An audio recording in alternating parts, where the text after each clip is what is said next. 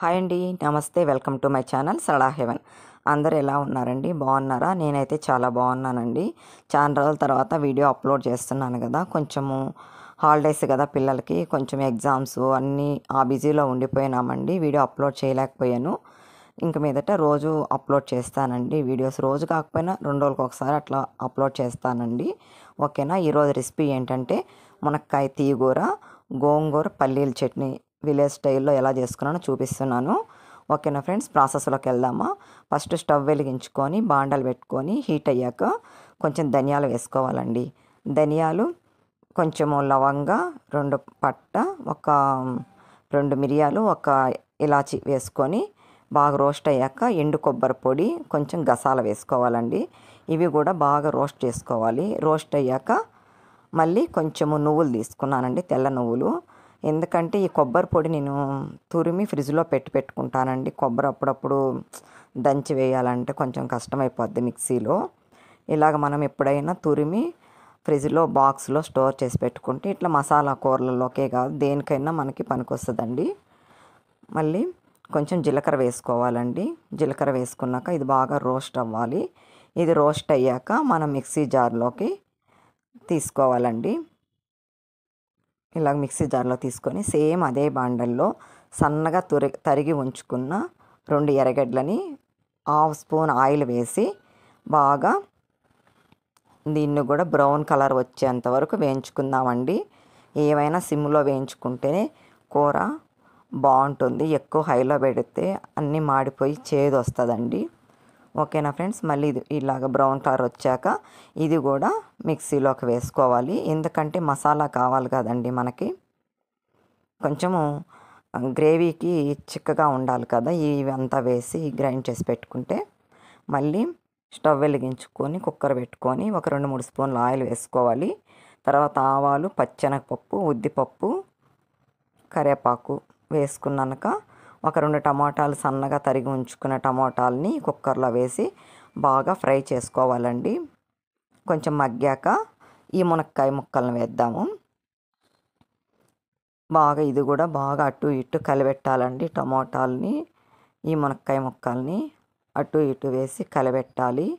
ఎందుకంటే నేను కుక్కర్లో పెట్టుకుంది ఒక విజిల్కే ఆపేస్తానండి. కొంచెం బాగా ఉడుకుతుంది. మరి 2-3 విజిల్స్ అంటే చెదురు అయిపోతుంది. కొంచెం బాగా రోస్ట్ అయ్యాక అల్లం తెల్లగడ్డ పేస్టు, మళ్ళీ ఈ మసాలా అంతా గ్రైండ్ చేసుకున్నాం కదా, ఎర్రగడ్డలు, గసగసాలు, నువ్వులు, కొబ్బరి అదంతా గ్రైండ్ చేసుకున్నాక ఇందులో వేసి కొంచెం ఉప్పు, పసుపు వేద్దామండి. ఉప్పు, పసుపు వేసి బాగా కలబెట్టాలి. ఒక 2 స్పూన్లు మిరప్పొడి వేద్దాం. మీకు కారం ఎంత కావాలో అంతే వేసుకోండి. మీకు మసాలా ఎంత ఉందో దాన్ని చూసే మీరు కారం వేసుకోండి. తర్వాత ఆ మిక్సీ కడిగే కొంచెం నీళ్ళు పోసాను. మళ్ళీ ఆ నీళ్ళు చాలలేదండి, కొంచెం వాటర్ పోస్తున్నాను. కొంచెం వాటర్ పోసి బాగా 2 నిమిషాలు బాగా కలబెట్టాక ఒక విజిల్ పెట్టానండి. ఒక విజిల్తో దించేసాను. చూడండి బాగా ఉడికిపోయింది కూర. అంతేనండి. దీన్ని సర్వింగ్ బౌల్లోకి కొత్తిమీరతో సర్వ్ చేసుకోవడమే. చూడండి ముక్క కూడా గట్టిగా చెదురు అవ్వలేదు, అందుకే ఒక్క విజిలే పెట్టమని చెప్పాను. ఓకేనా ఫ్రెండ్స్. మళ్ళీ గోంగూర చట్నీ చేసుకుందాము. గోంగూరకి పల్లీలు బాగా రోస్ట్ చేసుకోవాలండి. ఆయిల్ వేయకుండానే బాగా రోస్ట్ చేసుకుందాము. చాలా బాగుంటుందండి ఇది పల్లీలు గోంగూర చట్నీ. రాయలసీమలో చాలా ఫేమస్ అండి ఇది. చాలా బాగా చేస్తారు ఇది. చూడండి ఒకసారి మీరు కూడా ట్రై చేసి. మళ్ళీ పచ్చిమిరపకాయలు తీసుకున్నాను. గోంగూర శుభ్రంగా కడిగి బాగా వడగట్టి పక్కన ఉంచుకున్నానండి. పచ్చిమిరపకాయలు కొంచెం ఒక 1/2 స్పూన్ ఆయిల్ వేసి బాగా రోస్ట్ చేసుకోవాలి. ఇవి పేలుతాయండి, కొంచెం మూత వేయండి పచ్చిమిరపకాయలు. అవి వేగాక పక్కన ఉంచుకున్నాను. తర్వాత ఇది గోంగూర బాండల్లో వేసి బాగా ఉడకబెట్టాలండి. నీళ్ళేం పొయ్యకూడదు, వాటర్ కంటెంట్ ఉంటుంది అందులోనే.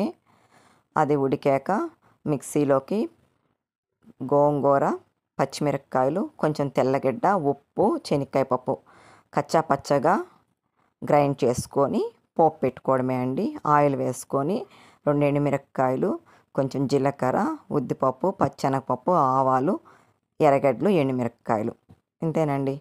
బాగా రోస్ట్ అయ్యాక కొంతమంది పచ్చి ఎర్రగడ్డలు కూడా వేస్తే చాలా టేస్ట్ అండి.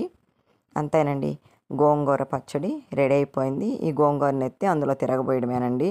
వేడివేడి అన్నంలోకి రాగి సంగటిలోకి సూపర్గా ఉంటుంది ఫ్రెండ్స్. మీరు ఒకసారి ట్రై చేయండి, లైక్ చేయండి, మీ ఫ్రెండ్స్కి ఎవరికైనా షేర్ చేయండి, సబ్స్క్రైబ్ చేయడం అస్సలు మర్చిపోవద్దు ఫ్రెండ్స్.